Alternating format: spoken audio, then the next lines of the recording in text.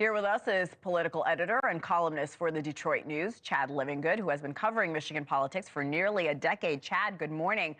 I want to know, with your experience, with you on the ground, what areas are you watching that could make a difference in your great state of Michigan on Election Day? Yeah, thank you. Saginaw County is the first one to start. This is up on the I-75 corridor. It is a perennial bellwether in presidential elections in Michigan. It's also in the heart of the 8th congressional district, which is a open congressional seat long held by Dan Kildee, and before him, his uncle.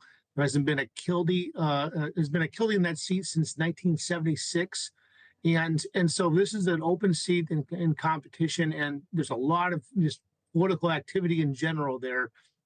Donald Trump has been to the university there, and Kamala Harris is likely going there next week, early next week, and then you're just going to see a lot of activity around Saginaw County. Mm-hmm. It's a blue collar county with a big auto industry focus, auto parts suppliers. This is where a lot of the messaging that Donald Trump has been trying to resonate. It's also where Donald Trump resonated in 2016 with very similar messaging to union and blue collar households. And so this is one to really watch. Again, it's just north of Flint for people's orientation. And then the other area we talk about is Kalamazoo. Sure. In Kalamazoo County, where Kamala Harris is going to be today, this is also a perennial bellwether that always seems to predict who wins statewide elections. And driving out turnout also, this is a college town, home of Western Michigan University. She needs to do really well in these college towns at University of Michigan, Ann Arbor, Chad, Michigan State University, and East Lansing. And you know, when we talk about Kalamazoo, and when we talk about Michigan, really, we have to talk about blue collar workers. We know that's a key part of the voting makeup. Talk about how their vote could possibly swing the election this time around. Yeah, so I mean, you go to Macomb County. This is heart of sort of blue collar, working class, automotive industry type jobs in the northern suburbs of Detroit. This is an area that Donald Trump has done really well in. And so Donald Trump won Michigan in 2016, a big part from white, non-college educated women. And if he can do well with them again, some of the exit polling in 2016 showed him winning by 20 points.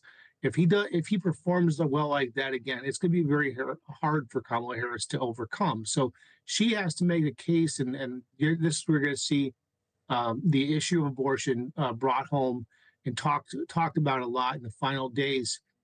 Even though Michigan adopted a constitutional amendment that protects a woman's right to abortion and reproductive rights and reproductive health decisions, you're going to see Kamala Harris and other Democrats talking about this, saying, look, if you put this guy back in the presidency and he gets a Republican Congress, they're going to take away this right. You can't trust them. Mm-hmm. This is an issue that they're using both against Trump, but also against Mike Rogers, the Republican U.S. Senate candidate, and candidates all the way down the ballot to State House, where we have a 56-54 Democratic majority in our Michigan House of Representatives, and the abortion is very much an issue that Democrats are trying to prosecute. I'm so glad you mentioned those down ballot races. We have to talk about another voting bloc, suburban voters. Typically, that's a Republican stronghold. But do you think Harris has any chance of swaying those voters her way? Definitely. There's different types of suburbs here in Michigan. So Oakland County is the perennial suburb and wealthier suburb of Detroit, and Oakland County has been trending Democratic for several cycles, even though it used to be a long time Republican stronghold. If Kamala Harris can win by 12, 14 points in Oakland County, it would seem like she might be able to carry the state. If it's less than 10, she might be in some serious trouble. But a lot of Democrats have been trending north of 10 points in Oakland County in the last couple of elections. Thanks for watching. Go to joinnn.com to find NewsNation on your television provider. And don't forget to click the red subscribe button below to get more of NewsNation's fact-driven, unbiased coverage.